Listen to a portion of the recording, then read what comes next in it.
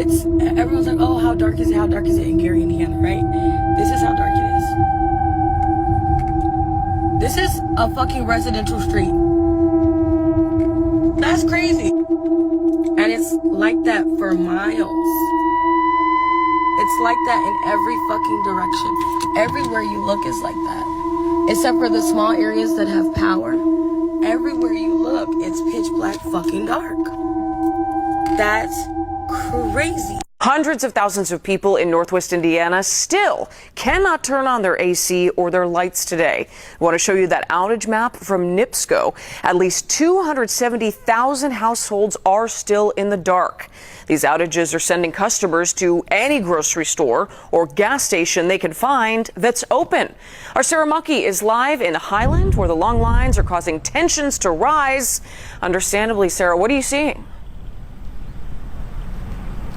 Yeah, Marie, well, I want you to take a look for yourself. This is the Meyer gas station in Highland. The line behind us snakes through the parking lot in several directions and then twists and winds all the way back to the main road. Some customers that we spoke to have spent hours in this line, so you can imagine things are tense when some people try to cut that wait.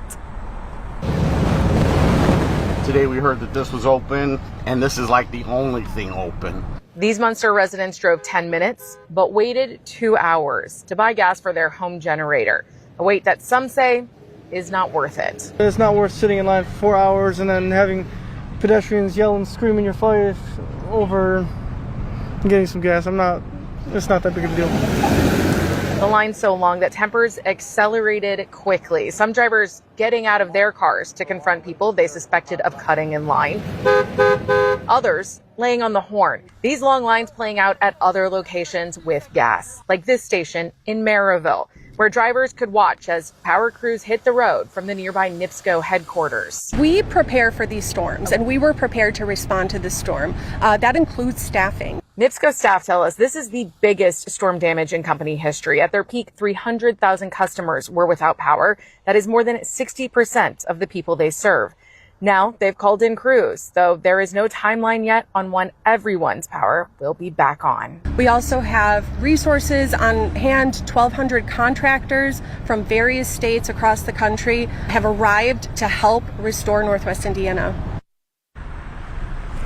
So the customers that we spoke to in this line said that they are not worried about the gas station running out of gas. They have seen refill trucks come through here, but at the same time, they have also seen some drivers stranded when their cars didn't make it all the way to the gas pump. From Highland, Sarah Mucky, CBS News, Chicago. Yeah, pulling up there, running on fumes, I'm sure. Sarah, thank you. I have to say something, because what's happening right now in Northwest Indiana is so diabolical. Northwest Indiana has been without power for 7 days. If you don't know how Northwest Indiana works, they only have one power company. It's called NIPSCO. NIPSCO moves however the fuck NIPSCO wants to move. There are 3 cities that are in Northwest Indiana that are predominantly black and Latino, and the way that they are doing this, people, is it's so wrong. They put up this list and timeline of when they're going to have power restored for all of these white cities. But there's no Hammond, there's no East Chicago, there's no Gary, Indiana, which is predominantly a black city. Now, all of these neighborhoods have been without power for 7 days. I'm from this area, and they are being robbed. There are people that are trying to break into other people's house to steal their generators. They don't have any food. They don't have any AC. And right now, across this country, we are facing a heat dome. There are elderly black Americans who are struggling. And the rich white cities, yeah, they're all coming together and helping each other out, but they're leaving Gary, Hammond, and East Chicago to fend for themselves. And it's fucking wrong. Especially because these are the communities that voted against the Republicans in that state, who are leaving them high and dry. And that's probably why they're not getting any help. My name's Aja, and I'm in a blackout, one of the worst ever for Indiana, and we're going on about a motherfucking week. So come get ready with me as I go in my house, load my fucking pew-pew, because people are robbing people for generators, and put new batteries in my flashlight as we navigate the fucking apocalypse. This is my dog Carter, by the way. As you can see, little and not able to bite a fucking thing. All right, for starters, we got the Walmart special. I went and bought 3 lanterns that all take batteries, and they come with batteries, so I don't have to buy any more, but I do have extra because I don't trust myself with candles, and it is pitch black dark. How dark, one might ask? Well, let me show you. This is how dark it is, and I'm in my car. Notable haul number 2.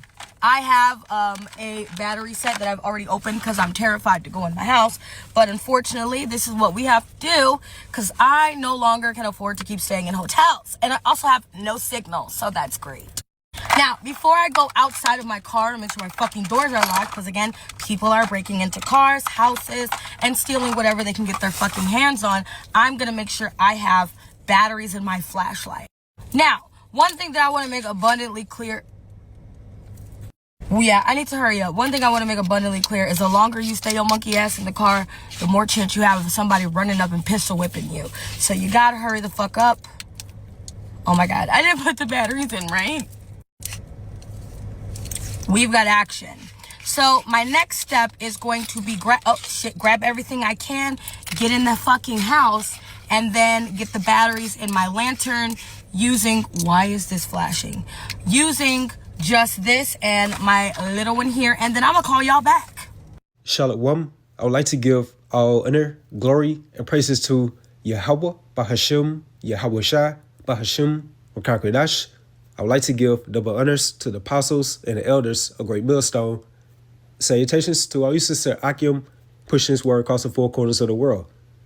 And as you just saw from these previous series of videos, based in Northwest Indiana, they're dealing with a massive power outage following several rounds of destructive, severe storms this past week, like strong winds, including gusts near 99 miles per hour, which knocked down trees, utility poles, and power lines across the different communities within Northwest Indiana.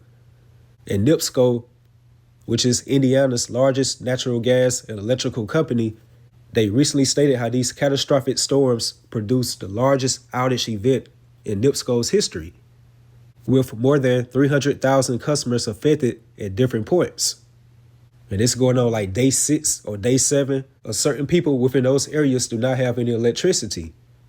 And that vibration is provoking a demand for food, gas, people breaking into homes and stealing generators, breaking into cars, just committing all types of crimes. And Gerald Salente, who is a notable economist or financial market watcher, and he stated within the times to come, you're going to see crime levels in America that are going to rival that of a third world country.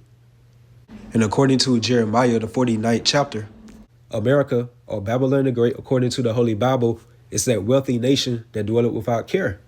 They see these dire straits happening within these so-called third world countries, like on TV or social media, that these same drastic measures can come to the front doorsteps of you powerful Americans. And just from a global perspective, it's all types of chaos, such as earthquakes all within diverse places, and everything that we are witnessing right now within these end times, all measure with the signs of our times, which is YAHAWAH BAHASHAM, YAHAWASHI, visiting the world which they made. And that takes me to Isaiah 13, verse 11. And I, referring to YAHAWAH BAHASHAM, YAHAWASHI, will punish the world for their evil, and the wicked for their iniquity, and I will cause the arrogancy of the proud to cease, and will lay low the haughtiness of the terrible.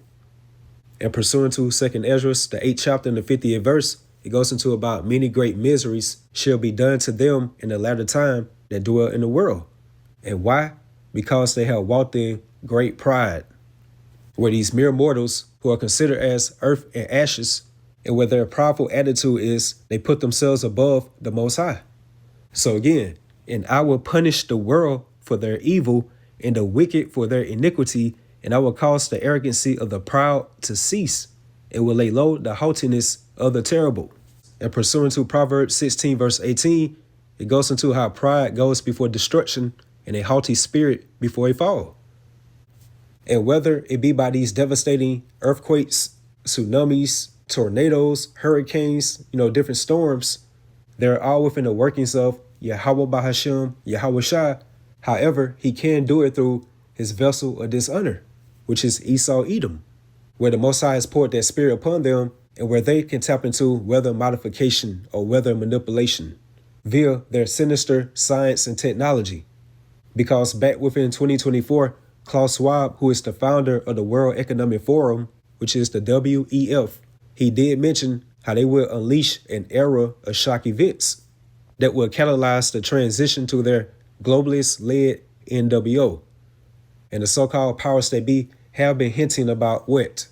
Widespread power outages.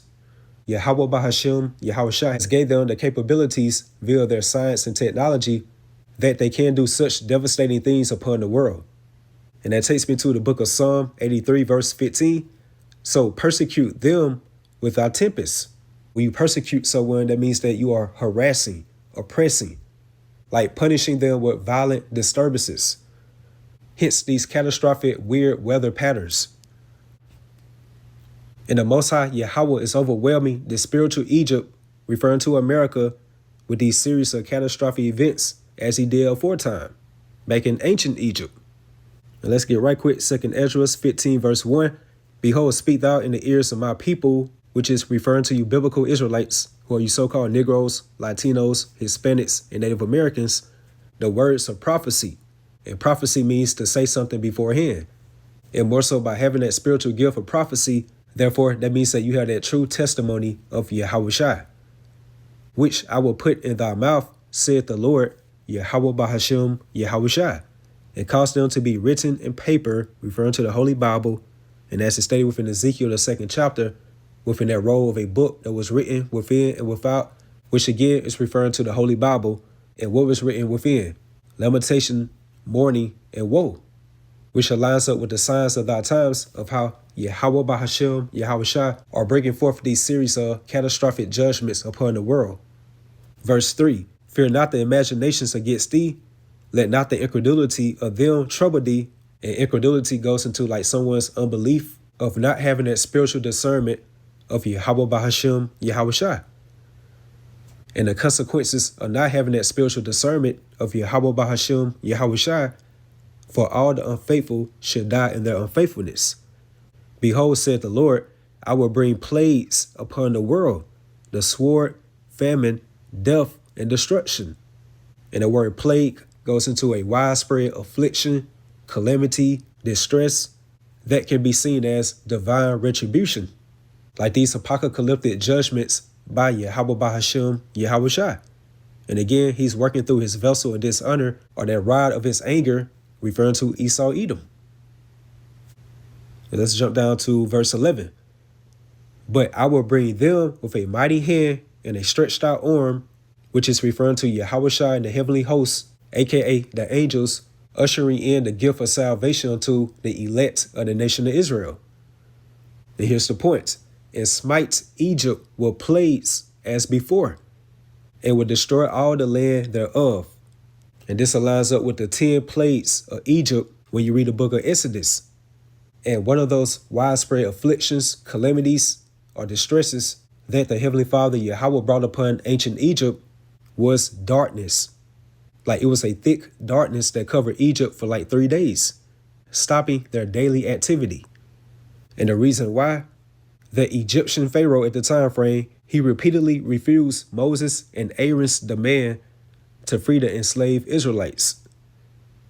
And as you heard that Eve at the beginning of this video stated, like within Northwest Indiana, like the so-called black and brown communities out there within Northwest Indiana are being abandoned by the government, like no electricity, while they have been restoring power unto the so-called white communities.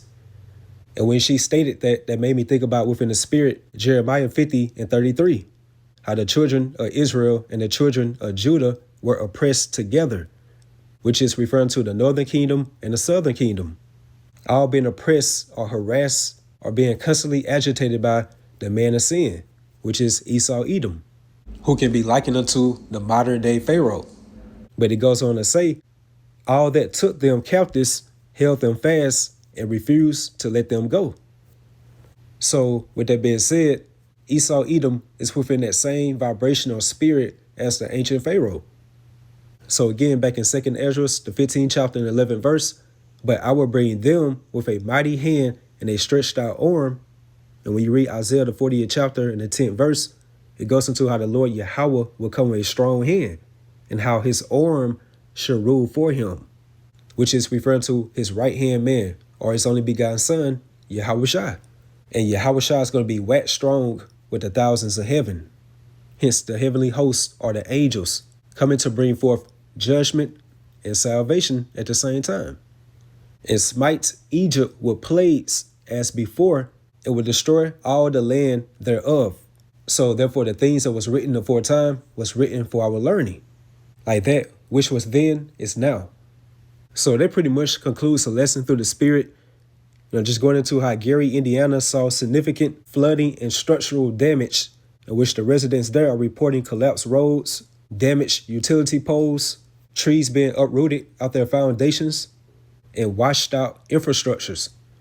And from the different scenes of Northwest Indiana, it has a leave the world behind type of vibe to it.